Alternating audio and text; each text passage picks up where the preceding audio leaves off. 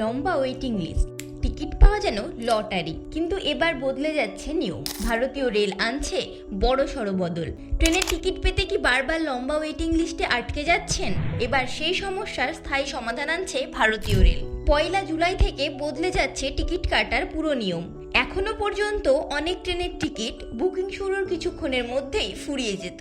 তখন যাত্রীরা ভরসা করতেন ওয়েটিং লিস্টের উপর। কিন্তু এবার আর যত খুশি ওয়েটিং লিস্টে নাম তোলা যাবে না। ভারতীয় রেলের নতুন নিয়ম অনুযায়ী প্রতিটি শ্রেণীর আসন সংখ্যার মাত্র 25% টিকিটই ওয়েটিং লিস্টে রাখা যাবে। যেমন ধরুন, যদি কোনো ট্রেনের স্লিপার ক্লাসে 72টি আসন থাকে, তবে সেখানে সর্বোচ্চ 18টি ওয়েটিং লিস্টের টিকিট কাটা যাবে। একই নিয়ম তৎকাল টিকিটের ক্ষেত্রেও চালু হচ্ছে। এতে দালালদের দৌরাত্ম্য অনেকটাই কমবে বলে মনে করছে রেল কর্তৃপক্ষ। কারণ বহু দালাল মোটা টাকা নিয়ে ওয়েটিং লিস্টে টিকিট কাটতেন, যেগুলো শেষমেশ কনফার্মই হতো না। জালিয়াতি রুখতে নতুন পদক্ষেপ নিল ভারতীয় রেল। এই সমস্যা মোকাবেলায় রেল আরও একটি গুরুত্বপূর্ণ সিদ্ধান্ত নিয়েছে। এবার থেকে তৎকাল টিকিট কাটতে হলে আইআরসিটিসি অ্যাকাউন্টের সঙ্গে আধার কার্ড লিঙ্ক থাকা বাধ্যতামূলক। অনলাইনে হোক বা কাউন্টারে আধার কার্ড ছাড়া তৎকাল টিকিট কেনা যাবে না।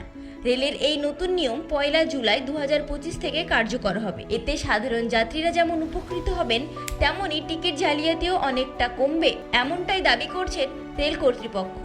ভিডিওটি ভালো লাগলে আপনার বন্ধু পরিজনদের সাথেও এই গুরুত্বপূর্ণ তথ্য শেয়ার করতে ভুলবেন না।